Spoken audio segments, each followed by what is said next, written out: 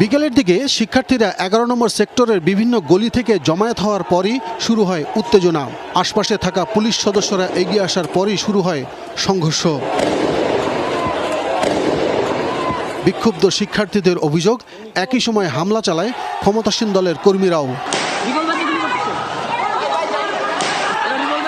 আতঙ্কে ফাঁকা হয়ে যায় পুরো এলাকা। বিভিন্ন বাসাবাড়িতে আন্দোলনকারী শিক্ষার্থীরা আশ্রয় নেয়।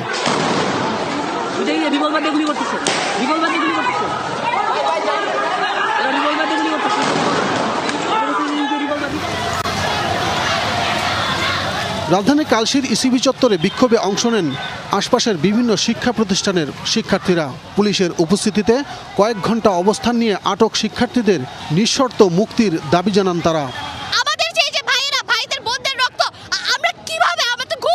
তারা আটক আছে, তাদেরকে যাতে ছেড়ে দেওয়া হয় খুব তাড়াতাড়ি। 19-এ যারা ছিলাম, ফাহাদ স্যার, সানি স্যার, এদের জন্য আমরা এই প্লাস পাইছি।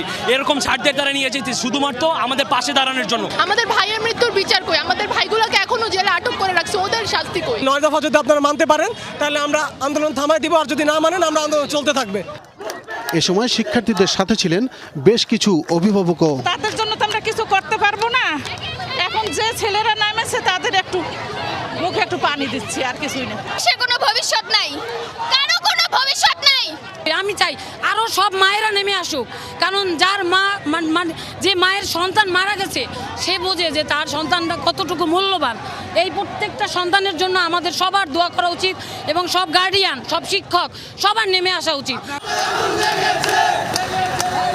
একই সময় মিরপুর 10 নম্বর গোল চত্বরেও বিক্ষোভ করেন বৈষম্য বিরোধী ছাত্র আন্দোলনের শিক্ষার্থীরা।